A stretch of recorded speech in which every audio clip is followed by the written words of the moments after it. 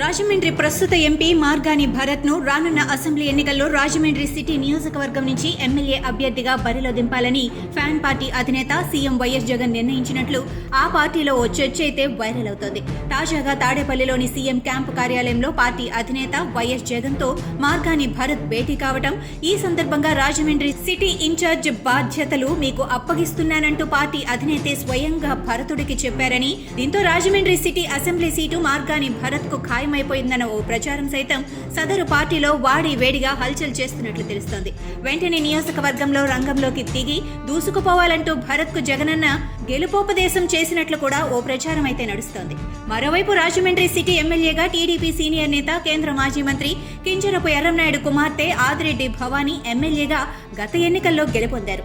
గత ఎన్నికల్లో అంటే 2019 ఎన్నికల్లో వైఎస్ జగన్ వేవ్ సునామీలా బలంగా వీచిన ఆ ధాటికి రాజమండ్రి సిటీతో పాటు రాజమండ్రి రూరల్ నియోజకవర్గాలు తట్టుకొని నిలబడ్డాయంటే ఆయా నియోజకవర్గాల్లో సైకిల్ పార్టీ చాలా బలంగా పాతుకుపోయి ఉందన్నది సుస్పష్టం.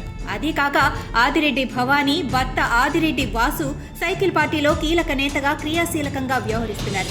రానున్న ఎన్నికల్లో రాజమండ్రి సిటీ నుంచి టీడీపీ ఎమ్మెల్యే అభ్యర్థిగా తాను పోటీ చేయనున్నట్లు ఇప్పటికే ఆయనే స్వయంగా ప్రకటించారు. కానీ దీనిపై సైకిల్ పార్టీ అగ్రనాయకత్వం ఓ క్లారిటీ అయితే ఇప్పటికీ ఇవ్వలేదు.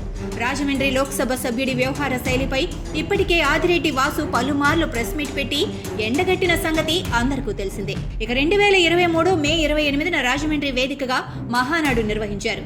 ఈ మహానాడు సభ సూపర్ డూపర్ సక్సెస్ అయింది. ఈ మహానాడు సభ సైకిల్ పార్టీ శ్రేణుల్లో నయా జోష్ నింపిందన్నది సుస్పష్టం. అయితే రానున్న ఎన్నికల్లో రాజమండ్రి సిటీ నుంచి టీడీపీ అభ్యర్థిగా మళ్లీ ఆదిరెడ్డి భవానీ బరిలో నిలిస్తే మాత్రం మార్గాని భరత్ కు ఓటమి పక్కా ఖాయమని ఓ ప్రచారం సైతం రాజమండ్రి సిటీ నియోజకవర్గంలో వైరల్ అవుతోంది.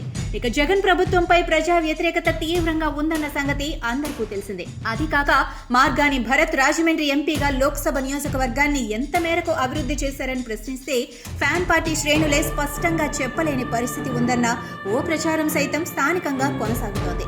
అలాగే ఈ 4.5 ఏళ్లలో మార్గాని భరత్ తన లోక్సభ పరిధిలోని ఏ అసెంబ్లీ నియోజకవర్గంలో పర్యటించారో లేదో కానీ ఎప్పుడు ప్రెస్ మీట్ పెట్టినా అందులో టీడీపీ జాతీయ అధ్యక్షుడు నారా చంద్రబాబు నాయుడు, జనసేన పార్టీ అధ్యక్షుడు పవన్ కళ్యాణ్ పై ఆగ్రహావేశాలతో ఊగిపోతూ మాట్లాడతారన్న ఓ చర్చ సైతం రాజమండ్రిలో నడుస్తోంది.